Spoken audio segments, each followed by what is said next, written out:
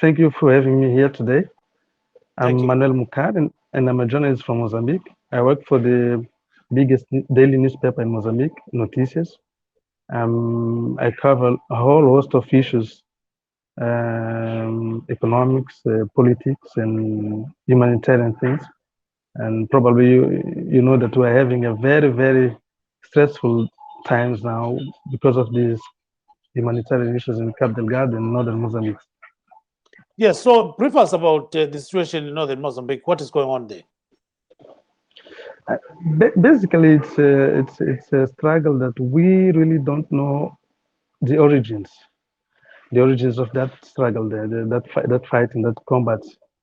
What we know is that since 2017, we've seen attacks in northern Mozambique, especially in northernmost districts of Cabo Delgado, which are closer to the gas projects that are being prepared to help us uh, go out of this poverty that the country is suffering. And probably we see that there is an economic link between the insurgency and these projects because they are basically from Western sources. So we know that the jihadists, extremists, they all fight everything that is Western. But there is another reason that we think is helped breed this anger towards those projects towards Cabo Delgado. Is that Cabo Delgado has been neglected by the government throughout the years. There's little investment there, and you can see that education is very low, and infrastructure is very poor. People there, they fend for themselves by growing foodstuff, but there's no connection between the farms and the centers, business centers, where they can sell their produce and get some money. And the government hasn't done a lot to improve these conditions there. The government hasn't done a lot to invest in schools, invest in technical training for the youth there. So there's a lot of discontentment within the youth that they have been left behind. We see today huge investments in Cabo Delgado by those multinationals pouring in money to build their logistical base for the LNG gas that's going to be pumped from the Rovuma River. But you will see that from the thousands of jobs they created, a very, very tiny part of those jobs were given to local people. So probably that's been hangering people there, and that created the situation that people allowed in those extremists who came a little before 2017 when they started bombing the village, killing people with machetes. A little before that, they came in preaching I would say the Quran, preaching the Quran, but it was a radical version of the Quran.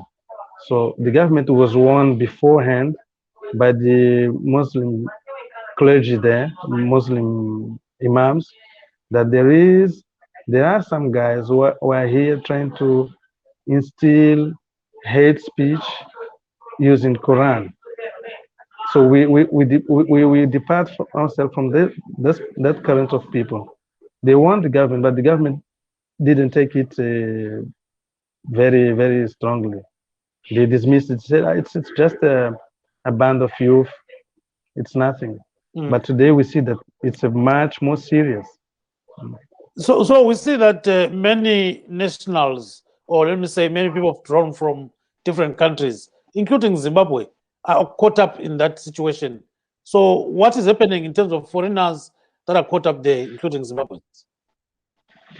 Uh, that's the interesting part of it. And the conflict, I'll call it the conflict, started in 2017, but it targeted mostly local people. The attack on 24th of March, it was an attack uh, to the core or to the core of the gas business, Palma. Palma, Total is building a very, very huge logistic base to transform gas and then export it. So there is a lot of investment going on. There's a lot of foreign companies working with Total there. That's why you find Zimbabweans, you find South Africans, you find British, and part of these people were murdered by these Islamists on 24th of March. We've had the story of 12 people who have been beheaded at the Marula Hotel. They were foreigners who sought refuge at the hotel because it was the only secure place that they could go. But once there, they found out that the means to rescue them were very little.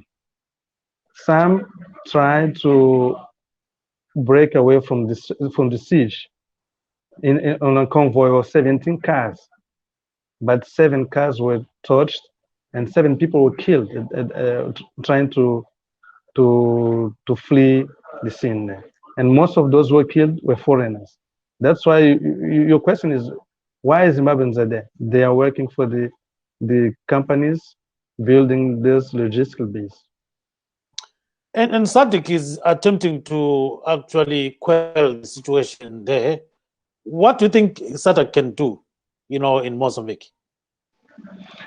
I remember a very, very, very good word that you once told me, I think 20 years ago. SADC is a toothless organization. We saw they called the double Troika meeting in Maputo just 2 weeks ago, and they made no bold decision there. The only thing they said at the end of the Samawa's meeting, we are going to send a fact-checking mission to Mozambique to assess the needs of the government. What do the army need to fight the insurgents? But that shouldn't be the stance of SADC. SADC should be a little bit bolder than that. They should say, let's send in very armored army, SADC army. Because I know that there is a tactical force that has been prepared for conflict zones. They should be using that tactical force now, but they are not doing that. They are delaying. They are delaying the intervention. They are delaying, but the things are happening on the ground. People are being murdered. Investment is being stopped. The country in the northern part of Mozambique is literally in a paralysis now. So now, what do you think is going to happen in the long term, concerning SADC and the situation in the northern region? The northern region, in the long term, if the government doesn't take a very, very strong position, doesn't invest in the army, doesn't send the army there, the situation will be worse than this. Cabo Delgado will end up falling in the hands of these terrorists. That's what they want. They want to create a caliphate in Cabo Delgado. Why they want to create a caliphate in Cabo Delgado? Cabo Delgado is a very rich province, but under explored. It's very rich. It has gas, it has gold, it has rubies, it has a lot of minerals there, underexploited.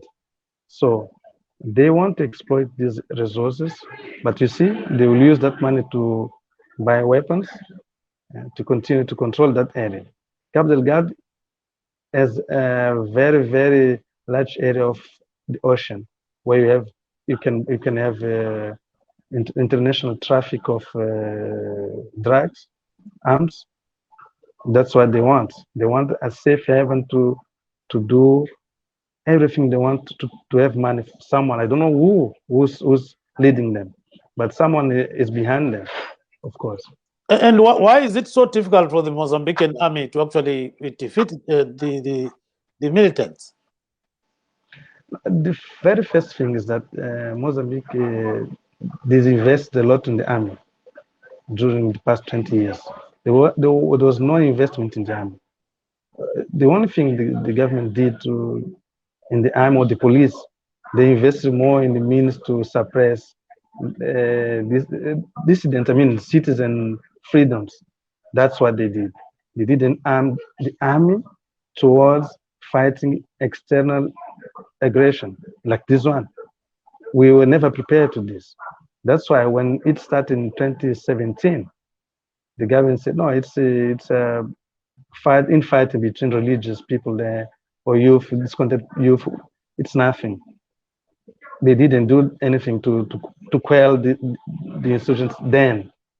Now it's difficult because these guys, they control the bushes there. They know because they use the local youth. They know the bushes. I was talking to a military guy the other day, and then he told me, I asked him this question. You were in Palma, you were fighting these guys. You chased them out from there. Why did you go inside the bush to try and get them there? He said, no, we couldn't go there because we don't know the bush. They know the bush better than us. If we will go there, they will slaughter us in large numbers. And we know that the army lost dozens of people there, but they don't tell us how many they lost. Today, I was seeing a report from the military spokesperson there who said that they killed at least 41 insurgents. They are found with some mass graves there where there are people buried there. So they found some insurgents buried with their weapons, and they counted them 41 people. But they are not telling us how many civilians were killed, how many Zimbabweans were killed there. I know for a fact that there's one Zimbabwean who was beheaded there at Amarula Hotel, but probably there are more because some of Zimbabweans, they managed to get Mozambican IDs, fake IDs. They have IDs, so you can't say if he's a Zimbabwean or not, because they even speak the same language, this Bantu language, they related to each other. So it's difficult to know who is who. And that's why the insurgents found a very fertile ground for them to grow, to implement their radical agenda here. That's why they found, because our languages are the same, the people are the same. You can't say that this guy is a terrorist, this guy is from Congo, this guy is from Tanzania, because we look like the same and we speak this very same languages. It's difficult to have a sieve where you can say you pass, you don't pass, because we are the same people there.